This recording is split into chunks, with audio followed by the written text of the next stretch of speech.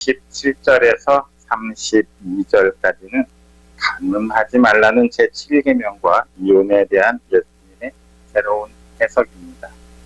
이 새로운 해석을 이렇게 밝히는 것은 예수님께서는 모세보다 더 크신이라는 것이지요. 예수님의 권위가 모세보다 훨씬 더 크다는 것을 말해주고 있습니다. 오늘 본문 28절을 다시 해석해 보면 음욕을 위하여 다른 여자를 바라보는 모든 자마다 이미 그의 마음 안에 그 여자를 간음하였다. 이렇게 해석할 수가 있습니다. 그러니까 사람을 다른 여자를 바라보는데 음욕을 위하여 음욕을 목적으로 그 여자를 바라본다면 이미 그 여자를 간음한 것이라 말하고 있는 것이지요. 행위로 인한 범죄만을 처벌의 대상으로 삼는 그 유대인들의 전통적인 해석과는 달리 마음의 목적, 마음의 생각까지도 범죄로 규정을 하신 것입니다.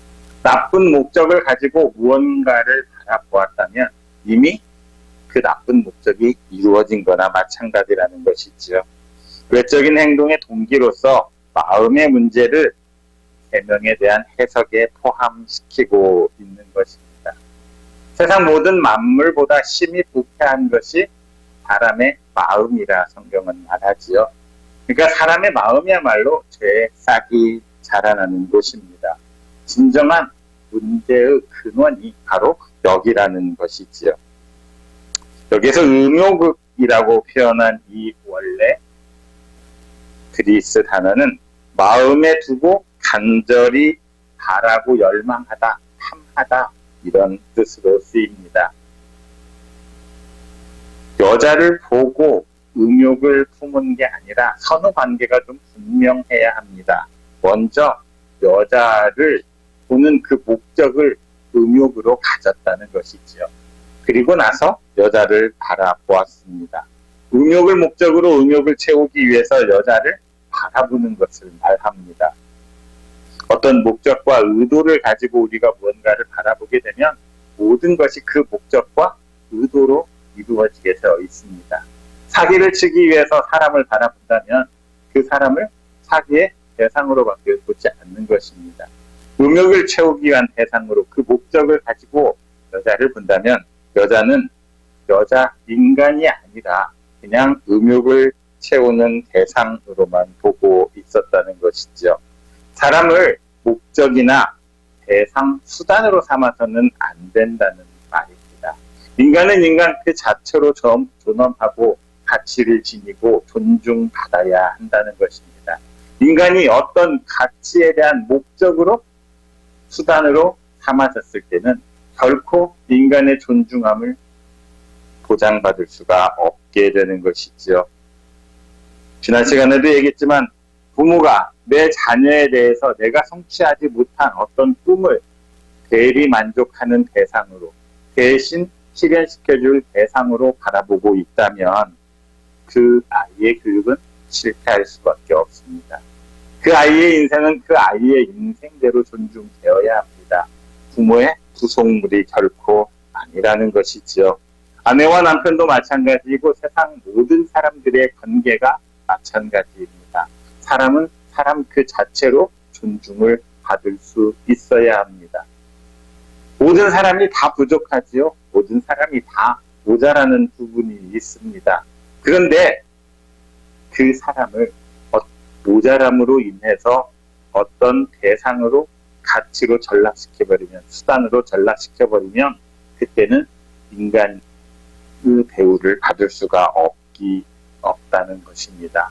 우리 주님께서는 벌써 거기까지 생각하고 계심을 알아야 합니다. 더욱이 중요한 것은 성경에서 간음하지 말라는 것은 육체적인 그런 문제를 말하는 것보다는 오히려 예수 그리스도를 영원한 신랑으로 맞이한 우리 그리스도인 신부들을 향한 말이라는 것을 기억해야 합니다. 물론 간음이라는 것이 육체적인 문제를 말할 수도 있습니다. 그러나 대부분의 많은 성경에서 말하고 있는 것은 우리의 신앙이 빗나가는 것, 예수 그리스도 외에 다른 어떤 것들을 남편으로 여기고 가장 중요한 것으로 여기고 살아가는 그 모습들을 빗대어 말한다는 것이지요. 야고보서 4장 4절에 이런 말씀이 있습니다. 같이 읽겠습니다. 가늠한 여인들아, 세상과 헛된 것이 하나님과 원수됨을 알지 못하느냐. 그런즉 누구든지 세상과 벗이 되고자 하는 자는 스스로 하나님과 원수되는 것이니라. 가늠하는 여인들이라 했지만 여인들만 말한 게 아니라는 것이지요. 여기서 여인들은 성도들을 말합니다. 예수 그리스도를 신랑으로 맞이한 교회. 그 모든 여인들이 바로 가늠한 여인이라는 거죠. 어떤 경우에 세상과 벗되었을 때. 성도로서 세상과 벗되어 살아가면 그것이 바로 가늠이라 성경은 말하고 있습니다. 하나님과 원수되는 것을 가늠이라 말합니다. 우리의 신랑 예수 그리스도를 놔두고 세상을 남편으로 섬기고 세상을 주인으로 섬기기 때문에 그것을 가늠이라 표현하고 있다는 것이죠. 그런데 원래 이 원문에는 가늠한 여인들만 있는 게 아니라 가늠한 남자들도 있었습니다. 그런데 왜 이게 표현이 빠져 있냐면 옛날에 남자들에게는 가늠이라는 것이 성립될 수가 없었습니다. 남자가 무슨 가늠을 합니까?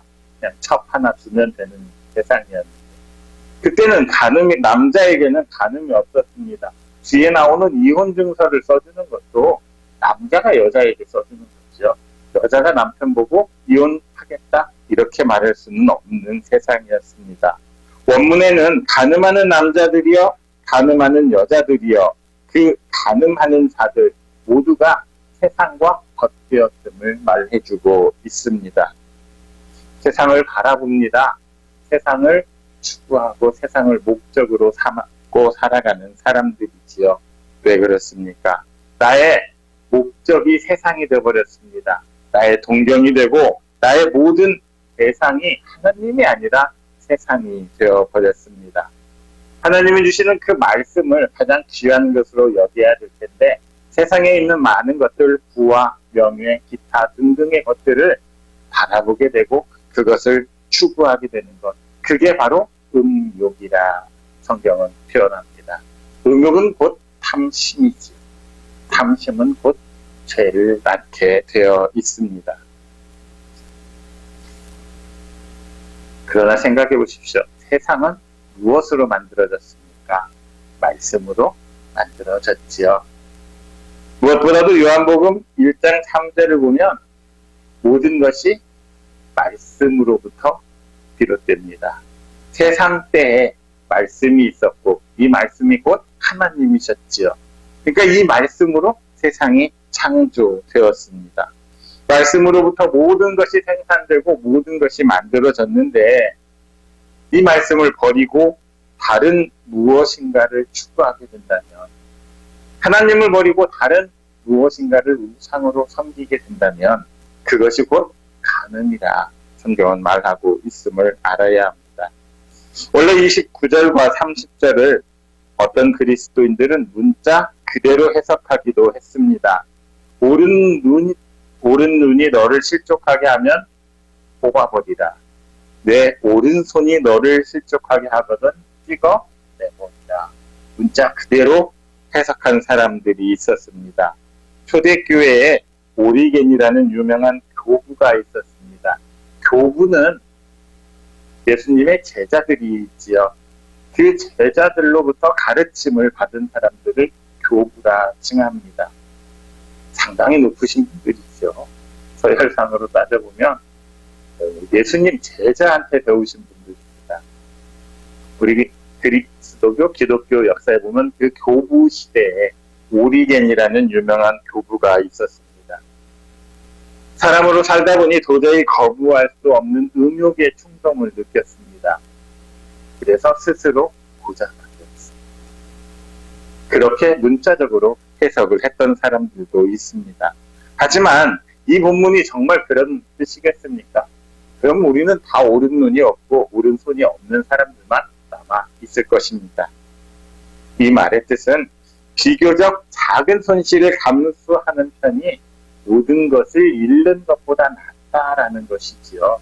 내 오른 눈을 빼버리는 것이 내 생명을 없애는 온 몸이 지옥에 던져지는 것보다 낫다. 지금 이렇게 말씀하고 있는 것 아닙니까? 그러니까 작은 유혹에 넘어가지 않고 작은 유혹을 참아내는 그 손실, 그것을 감수하는 것이 더 큰 의를 위하여 올바른 것이라 말합니다. 그래서 유혹의 뿌리를 단호히 잘라버리라, 단호하게 결단하라, 이런 뜻이지 진짜로 눈을 뽑고 팔을 자르라는 말은 아니라는 것이지요. 예수님의 제자가 되려는 사람은 좀 지나치다 싶을 정도로 눈을 뽑거나 팔을 자를 정도로 그렇게 과감한 조치를 행할 필요가 있다라는 말입니다. 믿음의 길을 걸어가는 거 그렇게 쉬운 일이 아닙니다. 그냥 좋은 게 좋은 것이다 허허 웃으면서 그렇게 믿음의 길을 걸어갈 수가 없다는 것이지요. 어떤 때에는 단호하게 결단하고 냉정하게 판단하는 것, 그런 것도 필요하다 말하고 있습니다. 자, 29절에 보면 만일 내 오른 눈이 너를 실족하게 하거든 떼어내버리라 하였습니다.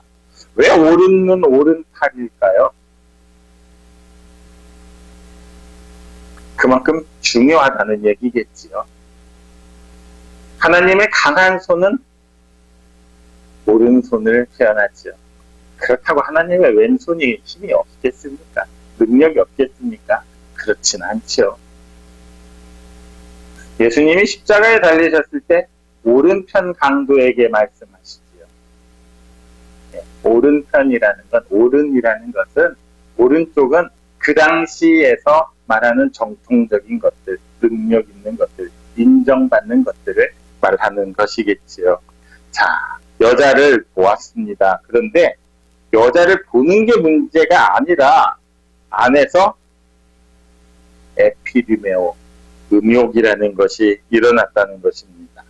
자, 음욕의 문제를 눈의 문제로 일치시키고 있죠. 음욕이 일어나면 눈을 뽑으라고 말하고 있습니다. 왜냐하면 이 눈을 통해서 세상의 것들이 우리 마음에 들어올 때 욕심으로 들어온다는 것입니다. 우리의 욕심이 왜 생깁니까? 눈을 통해서 보았을 때 생깁니다. 무엇인가 보았을 때 그것이 내 마음에 부러움을 사게 되고 시기 질투를 가지게 되고 그것이 욕심으로 작용된다는 것입니다. 자, 그런데 성경에서 우리가 가장 좋아하는 것 중에 하나는 뭐냐면 외모로 판단하지 말라는 것입니다. 그렇죠. 외모로 판단해서 우리가 좋은 평가를 받기는 참 쉽지 않습니다. 마음의 중심을 보신다, 하나님은. 아니, 그런데 왜 우리는 자꾸 외모, 눈으로 다른 것들을 보고 그것들을 내 마음의 욕심으로 가져오냐는 것입니다. 마음으로 보고 마음의 평안을 가져오는 그런 일들이 있어야 되는데, 자, 우리가 보는 것, 가난한 것, 쓸데없는 것들 보았을 때는 욕심이 생기지를 않습니다. 화려한 것, 무엇인가 좋아 보이는 것, 이런 것들을 볼 때에만 음욕, 탐심이 생깁니다. 그러니까 욕심이 생기는 것은 모든 것에 다 생기는 것이 아니라 대상을 차별하는 데서 생겨납니다. 우리의 눈이 정직하지 않습니다. 객관적이지 않습니다. 어떤 것은 아무리 봐도 그냥 흘려보내버리는데 어떤 것은 내 눈에 딱 들어옵니다. 그런 걸 내 마음에 딱 들어왔다 표현하지요. 내 마음에 들어온 것이 아니라 내 마음으로 본 것이 아니라 내 눈으로 보았습니다. 그렇다면 그 눈은 어찌 해야 되겠습니까? 빼어버려야지요. 맞습니다. 그 눈은 빼어서 내버려야 합니다. 그 눈이 무엇인가 잘못된 것이 확실합니다. 그래서 우리가 제대로 바라보고 제대로 느끼고 그렇다면 음욕을 품을 만한 것들을 눈으로 보지 않는다는 말이겠지요. 마음의 중심으로 보는 것이 중요합니다. 자, 그런데 오른 눈을 빼버린다면 왼쪽 눈은 어떻게 되겠습니까? 아, 나도 뽑힐 수가 있겠다. 조심해야지. 이렇게 생각하지 않겠습니까? 오른손이 잘렸으면 왼손은 어떻게 생각하겠습니까? 아, 나도 잘릴 수 있겠구나. 마음에 경각심을 가지라는 이야기. 정말 잘라버리라는 것이 아니라 그렇게 잘못 판단하고 잘못 보는 그런 내 마음에 어떤 구석이 있다면, 내 신체 기관이 있다면 그것들은 없애는 것이 맞다는 것입니다. 자, 결국 음욕의 문제, 탐심의 문제는 내 마음의 문제입니다. 내 마음이 그렇게 잘못되었다면 마음을 갈아엎으라는 것이지요. 하나님 나라의 백성에게는 그렇게 진정하고 단호한 결단과 행동이 요구된다는 것입니다. 잘못된 것만 바라보는 그 눈을 가지고 살아간다면 결국 어찌 되겠습니까? 내 삶 자체가 다 잘못되지 않겠습니까? 내 삶이 온통 욕심으로 가득 차지 않겠습니까? 탐심은 결국 우상 숭배가 되는 것입니다. 이 마음의 자세가 그래서 하나님 나라의 의에 합당해야 합니다. 로마서 6장 13절에 이런 말씀이 있습니다. 같이 읽겠습니다. 또한 너희 지체를 불의의 병기로 죄에게 드리지 말고 오직 너희 자신을 죽은 자 가운데서 다시 산 자같이 하나님께 드리며 너희 지체를 의의 병기로 하나님께 드리라. 우리의 지체, 무엇인가를 보고 자꾸 탐심을 품고 음욕을 품게 되는 그런 지체 안 된다는 것이죠. 그거는 불의의 병기입니다. 이제는 우리의 지체가 의의 병기가 되어서 하나님께 드려져야 한다. 성경은 말하고 있습니다. 이것이 바로 바리새인들보다 나은 우리 그리스도인들의 의라고 예수님께서 말씀하십니다. 이런 삶을 사는 것이 팔복이 우리 가운데 임한 그런 삶입니다. 만약에 나의 마음에 탐심을 일으키는 그것들이 있다면 단호하게 끊어버리라. 결단하라는 주님의 말씀입니다. 세상은 발달하면 발달할수록 세상의 문화는 더 퇴폐적이고 음란해집니다. 사람들을 유혹합니다. 우리는 연약한 인간인지라 이런 유혹과 시험에 자꾸 걸려서 넘어지지요. 바울 사도 역시 이렇게 로마서 7장 22절과 23절에서 말합니다. 같이 읽습니다. 내 속사람으로는 하나님의 법을 즐거워하지만 내 지체 속에 있는 죄의 법으로 나를 사로잡는 것을 보는도다. 내 지체는 정말 악한 일, 죄악에 사로잡혀서 한치도 앞으로 나갈 수가 없습니다. 물론 나도 속마음으로는 그렇지 않지요. 정말 의의 병기로 살아가고 싶지만 그게 안 된다는 것입니다. 오죽하면 우리 주님께서 가르쳐 주신 기도에서 시험에 빠지지 않게 기도하라고 권면하셨습니까? 우리의 약한 육체로는, 우리의 연약한 존재로는 도무지 이 유혹에서 벗어날 수가 없습니다. 그래서 하나님께서 우리에게 보혜사 성령을 보내주신 것 아니겠습니까? 우리 주님께서 하나님 보좌 우편에서 지금도 우리를 위해서 중보하고 계시는 것 아니겠습니까? 우리 힘으로 할 것이 아니라 성령의 도우심을 의지해야지요. 우리 주님께 간구해야 합니다. 세상은 갈수록 우리를 더 유혹할 것입니다. 우리만 유혹하는 게 아니라 우리의 자녀들까지도 유혹할 것입니다. 이럴 때 우리 힘으로 그들을 어떻게 지킬 수 있겠습니까? 나 몸 지키기도 힘든데 성령의 도움을 의지하고 오직 우리 주 예수 그리스도께 도움을 청하는 그 길만이 우리가 승리하는 길임을 잊지 마시기 바랍니다. 오직 우리 하나님만을 섬기고 다른 것들에게는 눈길도 주지 않는 바로 그것이 정말 가늠하지 않는 삶임을 기억하시기 바랍니다. 31절과 32절은 당시에 성행했던 그 핑조를 좀 이해해야 할 필요가 있습니다. 우리나라도 이혼 문제가 상당히 많이 심각해지고 있지요. 옛날 그리스 로마 사회에서는 이혼을 하는데 특별한 절차가 없었다고 합니다. 그냥 말로 이혼이다 이렇게 통보하면 이혼이 성립하였다고 합니다. 그런데 유대인들은 달랐습니다. 신명기 24장 1절에 보면 이런 말씀이 있습니다. 같이 읽겠습니다. 사람이 아내를 맞이하여 데려온 후에 그에게 수치라는 일이 있음을 발견하고 그를 기뻐하지 아니하면 이혼 증서를 써서 그의 손에 주고 그를 자기 집에서 내보낼 것이요. 이게 신명기 법전에 나오는 이야기입니다. 자, 그런데 이제 유대인들 중에 두 파로 나뉩니다. 보수적인 샴마이 학파와 진보적인 힐렐 학파 사이에 이 해석이 달라집니다. 자, 샴마이 학파는 수치라는 일이 있거든 여기에서 수치라는 일을 강조합니다. 그것을 순결하지 않은 것, 음행한 일에 제한을 시켜서 음행한 연고가 있을 때에만 이혼 증서를 줘야 된다 이렇게 주장을 합니다. 그런데 힐렐 학파는 뒤에 부분, 기뻐하지 아니하면을 강조합니다.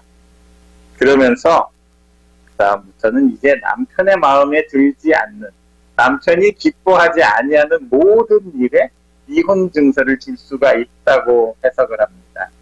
아침을 준비하다가 빵을 조금 많이 태웠습니다. 그러면 남편이 기뻐하지 않지요. 거기에 이혼 증서가 같이 나갈 수가 있는 사유가 됩니다. 음행한 연고가 문제가 아니라 남편이 기뻐하지 아니하는 모든 일들이 이제는 이혼 증서를 줄 수 있는 사유에 속하게 되었습니다. 자, 인간의 타락한 본성으로 봤을 때 남자들이 어떤 해석을 더 좋아했겠습니까? 시대의 주류가 힐렐 학파의 주장대로 넘어갔습니다. 그래서 이제 돈 있고 권력 있는 남자들은 젊은 여자를 아내로 얻기 위해서 자기 마음에 기뻐하지 아니하는 일들을 쭉 나열하고 이혼 증서를 써줍니다. 그리고 아내들을 내쫓는 그런 일들이 성행을 했다고 합니다. 그래서 예수님께서는 어찌 남자들 너희들 마음을 기쁘게 하지 아니하였다. 부인들을 그렇게 이혼 증서를 써주느냐. 그것은 옳지 않은 일이라는 것입니다. 절대로 그렇게 해서는 안 된다고. 너희들의 욕심을 채우기 위해서, 탐심을 채우기 위해서 하나님의 법을 너희들의 마음대로 너희들의 입맛에 맞게 해석해서는 안 된다고 말하고 있는 것입니다. 모세가 이혼 증서를 써주라고 한 것, 그것이 이혼을 조장하기 위해서, 장려하기 위해서였겠습니까? 아니지요. 이 연고 아니면 절대 이혼 증서를 써줄 수 없다라고 말했던 것입니다. 그런데 완악한 부패한 사람들이 그것을 자기 좋은 대로 해석하고 말았던 것이지요. 나중에 안식일에 관한 규례들도 마찬가지 아닙니까? 안식하라는 이유 때문에 안식일 율법을 정해놨는데 그 율법이 오히려 사람을 안식하지 못하게 만드는, 인간의 부패한 심성이 그렇게 만들었다는 것이지요. 분명히 말씀하는 건 하나님께서는 법은 하나님의 입장에서 생각해야지 너희들 편한 대로 하라는 것은 아니라는 것이었습니다. 또 다른 교부, 크리소스톰이라는 교부가 있습니다. 이 크리소스톰이라는 교부가 이 구절과 연관시켜서 이런 말을 합니다. 온유한 사람, 화평케 하는 사람, 심령이 가난한 사람, 그리고 긍휼히 여기는 사람이 어떻게 그의 아내를 쫓아낼 수가 있겠느냐. 다른 사람과 화해하는 데 익숙한 사람이 어떻게 자기 자신과 다름없는 자기 아내와 불화할 수 있겠느냐. 이미 할복을 받은 사람들이라면 부인에게 그런 일을 행할 수는 없는 것이다. 이렇게 해석을 했습니다. 하나님께서 친히 만드신 조직, 이 세상의 조직 중에 가정과 교회가 있지요. 가정과 교회는 하나님께 기원을 두고 있습니다. 그러니까 다른 조직들은 사람들이 필요에 의해서 만들었지만 가정과 교회는 신적인 기원을 가지고 있다고 말한 이유가 거기에 있습니다. 세상이 아무리 변해도 가정과 교회를 지켜야 하는 이유가 거기에 있지요. 사람의 뜻대로 사람의 이해 득실 관계에 따라서 가정과 교회를 볼 것이 아니라 온전히 하나님의 눈으로 하나님의 마음으로 봐야 합니다. 세상을 것들을 보는 그 탐심 어린 눈으로 가정과 교회를 볼 것이 아니라 정말 사랑으로 가득 찬 온화와 온유와 그리고 팔복으로 가득 찬 하나님의 눈으로 이 세상을 바라보아야 한다 말씀하고 있는 것이지요. 세상의 타락한 현실과 우리의 연약함을 감안한다 할지라도 예수님께서 가르쳐 주신 이 가르침 끝까지 지켜야 하는 것, 그것이 바로 믿음 아니겠습니까? 하지만 그 믿음은 우리에게서 나오는 것이 아닙니다. 하나님의 선물로 우리에게 주신 것임을 잊지 마시기 바랍니다. 오직 힘들 때마다 우리를 도우시는 성령께 구하고 우리 주님께 간구하는 여러분들이 되시기를 바랍니다. 오늘 하루도 믿음에 굳게 서서 우리를 도우시는 성령의 의지에서 어떠한 유혹과 흔들림에도, 유혹과 시험에도 흔들리지 않는, 그렇게 승리하는 여러분 모두가 되시기를 그리스도이신 예수님의 이름으로 축원합니다.